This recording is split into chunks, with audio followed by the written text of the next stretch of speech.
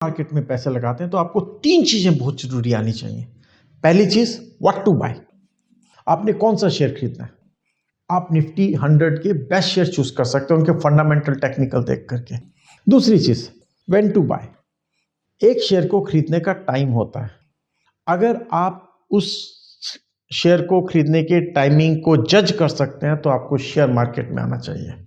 और तीसरी चीज, व्हेन टू सेल, उस शेयर को कब बेचने का टाइम आया वो भी आपको पता होना चाहिए। अगर आप शेयर को बेचने का टाइम नहीं जानते हैं तो भी आप इतना पैसा नहीं कमा सकते।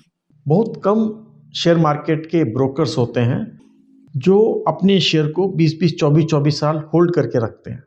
राकेश झुनझुनवाला जी थे जिन्होंने टाइटन का शेयर 2 या 3 या 4 रुपए में लिया और आज उनका शेयर 3300 रुपए का और उन्होंने अभी भी उसको रखा हुआ है। पर आप सोचिए, अगर आपका 6 रुपए का शेयर 600 रुपए का हो जाए, क्या गारंटी है कि आप उसको बेचेंगे नहीं?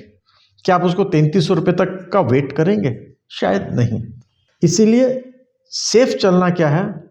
सेफ चलना है कि हम अपने पैसे को म्यूचुअल फंड में इन्वेस्ट करें। अगर हम अपने पैसे को म्यूचुअल फंड में इन्वेस्ट करते हैं तो what to buy, when to sell, ये तीन चीजें हमारा म्यूचुअल फंड मैनेजर देखेगा।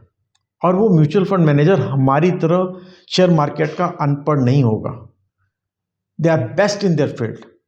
उनको शेयर मार्केट का एनालिसिस करना आता है, उनको पता है शेयर मार्केट में कौन से शेयर खरीदने को है, उनका फ्यूचर कितना है, उनका रात दिन यही काम है। उन्होंने अच्छी कंपनियां देखनी, उनके फ्यूचर को देखना और उसमें पैसा इन्वेस्ट करना है। दूसरी चीज, कब खरीदना है वो भी वही देखते हैं। और तीसरी चीज, उन्होंने प्रॉफिट कब बुक करना है।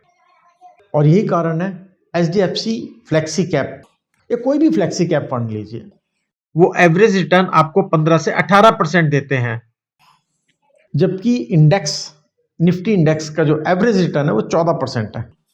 मल्टी कैप भी आपको 16-17% रिटर्न देते हैं, लार्ज कैप भी आपको 14 से 16% रिटर्न देते हैं। अब एक और चीज है दोस्तों, अगर आप शेयर मार्केट में जाते हैं तो कोई गारंटी नहीं है कि आपका शेयर जो आज 100 का है वो कल 0 का नहीं होगा। कई एग्जाम्पल भरे पड़े हैं, शेयर्स बर्बाद भी हो जाते हैं। 2-3 एग्जाम्पल्स लेते हैं। पहला, रिलायंस पावर का।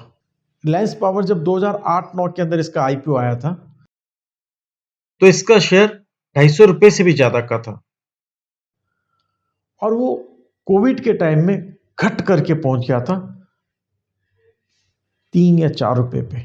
आज भी 30-40 रुपए के आसपास है, आप चेक कर लीजिएगा। दूसरा, DHFL अपने टाइम में 1000 रुपए का शेयर था। कंपनी ने घपला किया, कंपनी बर्बाद हो गई, शेयर, कुछ लोग शेयर बेच पाए और कुछ लोगों के पैसे बिल्कुल बर्बाद हो गए। और तीसरा, यस बैंक आज से 4-5 साल पहले 400 रुपए के आसपास चल रहा था, 350-400 रुपए। राणा कपूर जी ने कुछ अनएथिकल प्रैक्टिसेस किए थे, डिटेक्ट हुआ, सेबी ने एक्शन लिया, पैसा किसका डूबा? हमारा और आपका।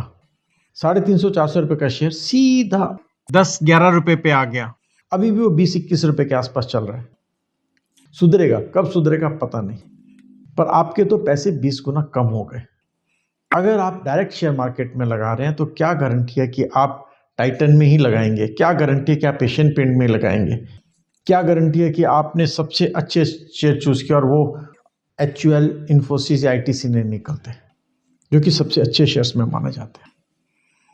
मेरे को आपको समझाने का केवल एक छोटा सा पर्पस था कि आप जहां भी अपने पैसे लगाएं, सेफ लेकर के चलें, ऐसी जगह लगाएं कि वो आपको रिटर्न दें।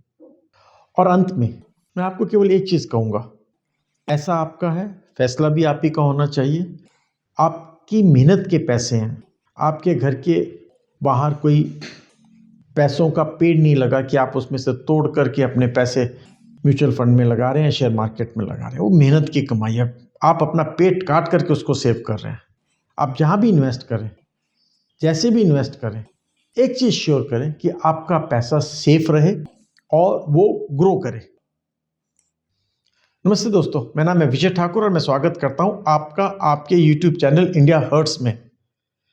ना तो मैं सेबी का रजिस्टर्ड स्टॉक एनालिस्ट हूं और न ही मैं आपको कोई खरीदने या बेचने की रिकमेंडेशन दे रहा हूं। ये जो शेयर मैं आपको बता रहा हूं, ये एक एग्जाम्पल के तौर पे लिए गए हैं आपको समझाने के लिए कि आपको पैसे शेयर मार्केट में लगाने चाहिए, म्यूचुअल फंड में लगाने चाहिए। अगर ये वीडियो आपको अच्छा लगे तो आप प्लीज़ इसे लाइक, शेयर एंड सब्सक्राइब जरूर कीजिएगा। जय हिंद।